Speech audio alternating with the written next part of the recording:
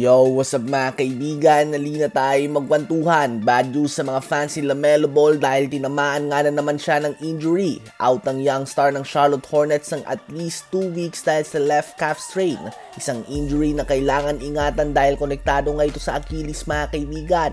Ito nga ang injury na naging dahilan ng pagkaka-out ni Kevin Durant noon sa Warriors, sa Brooklyn Nets, sa Suns last season at pati na din sa mga practice games ng Team USA para sa 2024 Paris Olympics.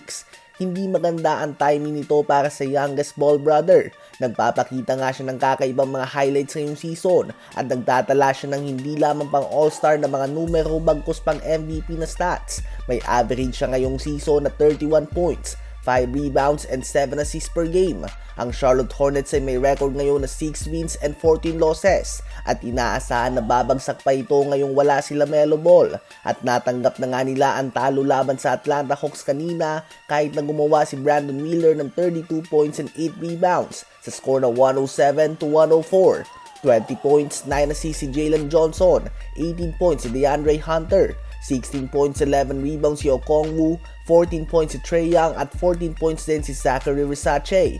Ang Hawks nga ay may tatlong sunod ng panalo, including ang back-to-back wins laban sa number 1 seed Cleveland Cavaliers. Subalit natalo din nga sila ng 2 beses sa worst team Washington Wizards ngayong season, so bilog nga talaga ang bola.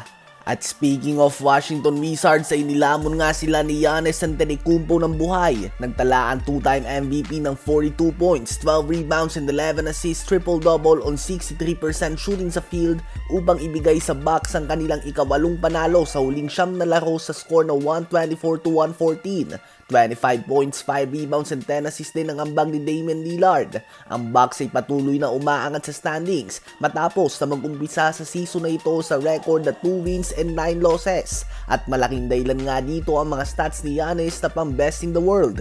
Ito na mga kaibigan ang 14th straight loss ng Washington Wizards. Nanguna naman ng 28 points and 6 assists si Tyrese Maxey sa panalo ng Philadelphia 76ers laban sa Detroit Pistons sa score na 111-96. 19 points din si KJ Martin, 14 points si Kelly Oubre Jr. at 11 points, 8 rebounds and 5 assists si Paul George. Sa game naman ng Warriors at ng Phoenix Suns ay first half pa lamang ay natambakan na agad ang Warriors sa mahigit 15 points ng Suns na walang Bradley Beal at Yusuf Nurkic. Balance scoring ang pinakita ng Suns, subalit malaking dahilan dito ang maalat na performance si Stephen Curry.